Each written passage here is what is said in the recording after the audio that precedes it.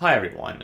Recently I had a stream with the Chieftain to promote my new book about the IS-2 tank. If you haven't seen this stream, put a link in the description to the recording, or over there, depending on where the annotations show up these days.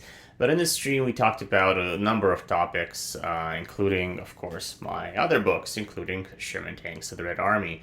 And there's actually a myth that came up in discussion that I didn't have time to address, and so I'm going to do a small separate video talking about it now.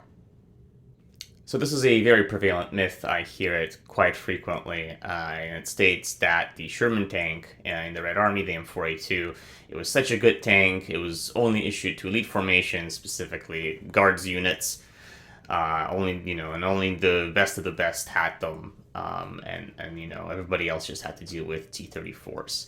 Now, of course, I don't know why this myth is so prevalent, because it's quite easy to shatter it by just looking at which units were actually issued Shermans. So the first Shermans arrived in the USSR towards the tail end of 1942, and they were issued in December of 1942.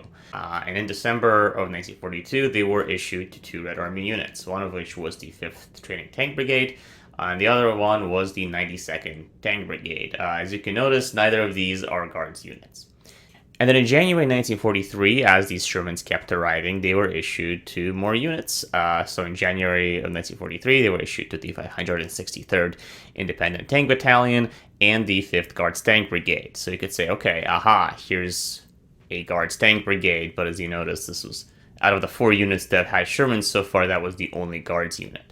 And to be fair, the tanks issued to the 563rd Battalion, they were traded to the 5th Guards Tank Brigade in exchange for medium tank M3s or Lees. So I can see maybe this is where the myth came from. By February of 1943, they ended up with all of the Sherman tanks to be issued to a combat unit at that point.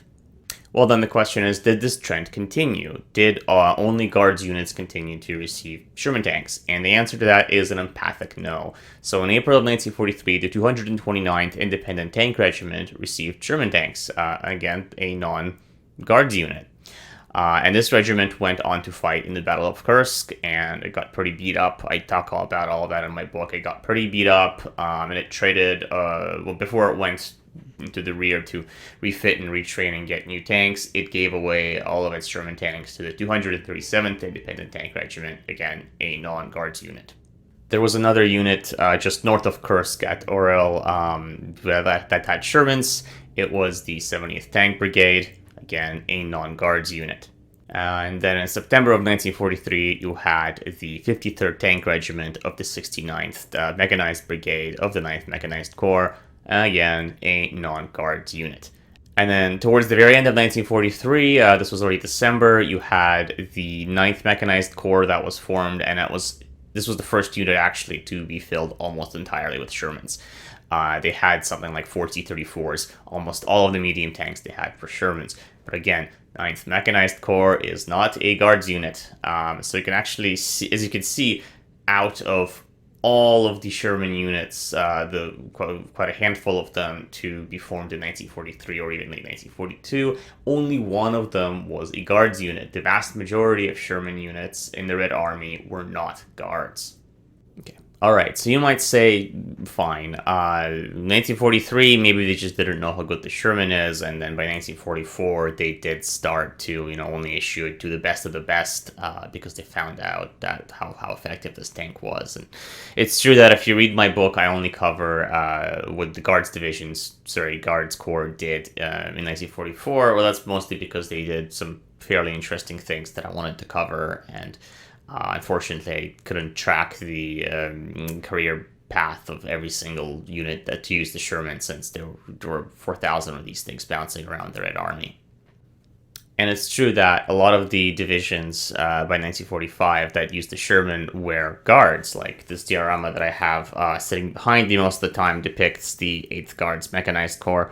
I don't write about it in the book, I don't think, but I do have a side profile because of these very interesting, distinctive insignia that they had. But the Sherman, even in these late battles towards the very end of the war, was far from a guards-only unit. In fact, in Berlin, in the assault in Berlin, you see the Sherman used in great numbers by the 1st Mechanized Corps. Not the 1st Guards Mechanized Corps. The 1st Guards Mechanized Corps was in Vienna, but the 1st Non-Guards Mechanized Corps. So as you can see, even towards the very end of the war in Europe, by the time that the Red Army had every possible understanding of how the Sherman measured up to its own tanks, even then there wasn't any kind of elite status associated with it. That's not to disparage the Sherman; it was a great tank. It's just that the Red Army never considered that as anything more than just another medium tank. It was on par with the T-34 and the T-34-85, and it performed that job splendidly.